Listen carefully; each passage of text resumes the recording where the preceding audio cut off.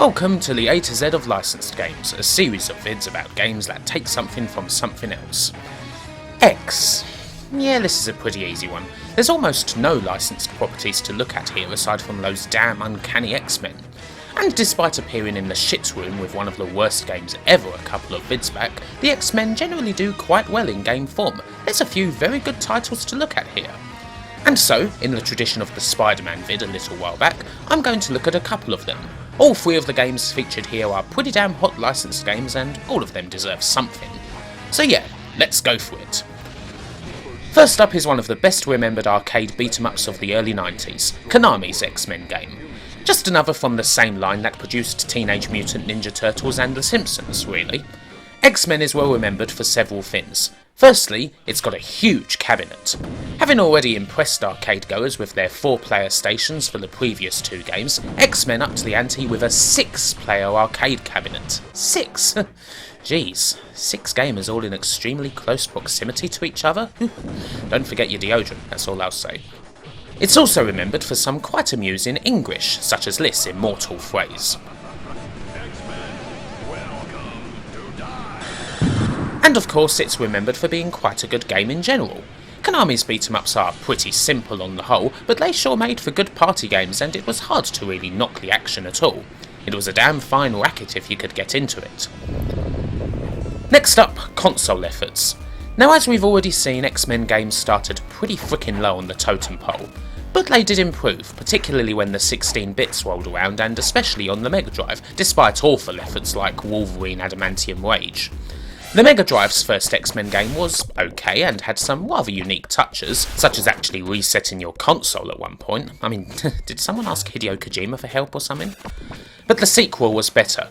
X-Men 2 Clone Wars is one hell of an action title. Faster, harder, more playable, and it even throws you straight into the action before the frickin' title screen. Of all the platformers with the X-Men name on it, this is unquestionably the definitive one. And it looks bloody amazing to boot. Clone Wars really shows off what the Mega Drive could do on the graphics front, so go play that, now. Still, it was left to Capcom to have the most logical of ideas.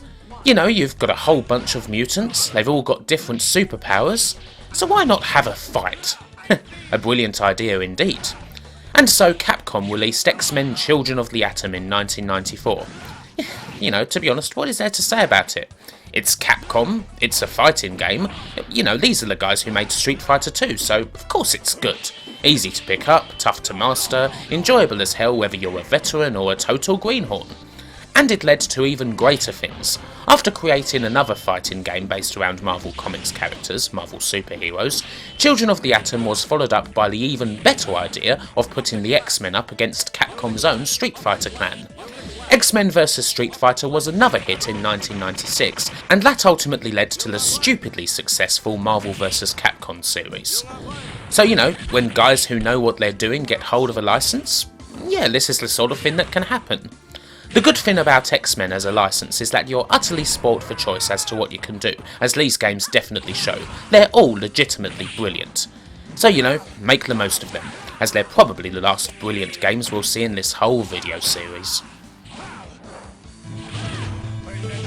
Alas, we don't have enough games left for honourable mentions this time around. I could have done an X-Men title in the shit room, but I kind of already did that in the letter U, and please don't make me play that again. Instead, I'm looking at another rubbish PS1 third-person game based off a crap 90s American TV show. Ugh, God, I hate covering games like these. I mean, why do you reckon I didn't bother covering VIP? I just couldn't face it. But I don't really have a choice here, so I have to buck up and cover Xena Warrior Princess, a PS1 game. I don't remember all that much about the show, aside from Lucy Lawless. I mean, it mostly comes in for praise these days due to the relationship between Xena and Gabrielle, her friend. That the relationship was natural and never actually spelled out to be gay was seen as quite progressive for late 90s action telly. But the action itself, that's not really remembered so much. So yeah, this should be fun. Oh, let's just look it over and be done with it. The opening cinematics don't exactly raise my hopes up. I mean, Jesus, they're ugly even for a PS1 game.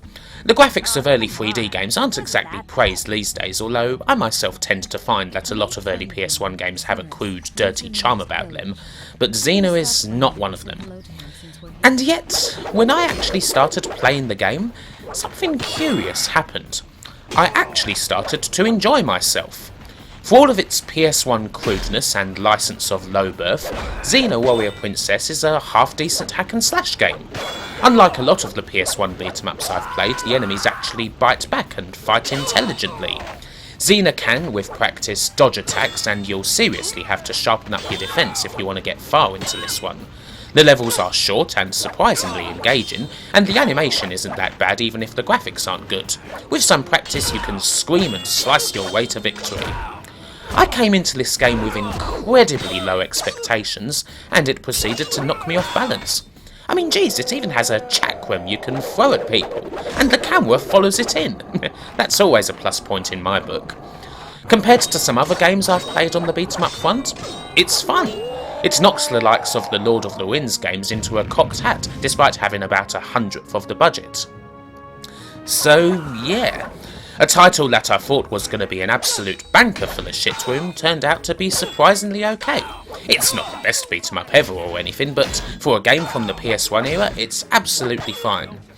This sort of thing doesn't happen that often. Usually my sense for shitty games is pretty high and I can pick out the worst ones of the crop. But this time it failed me. Not that I'm disappointed by that or anything. But well, what do I do now? I mean, I guess I could look at another game. The X-Files game, maybe? Isn't it like 5 CDs or something? Ugh, screw it. I'll give Xena what it deserves. A place in this not shit room. You know, at the very least, there's an okay licensed game in this letter that doesn't involve the X-Men, so, you know, well hey, good for you, Xena. So, just 2 videos left now, and the letter Y features virtually nothing. It's almost as barren a wasteland as the letter Q was. I'm really going to have to pull some strings to get something good here. But we're so close to the finish and, well, we can't stop now. One final push and we'll be home. Hopefully. But until then, thanks for watching, and wherever you are, whoever you be, have a good one, take care, and I'll see you next time.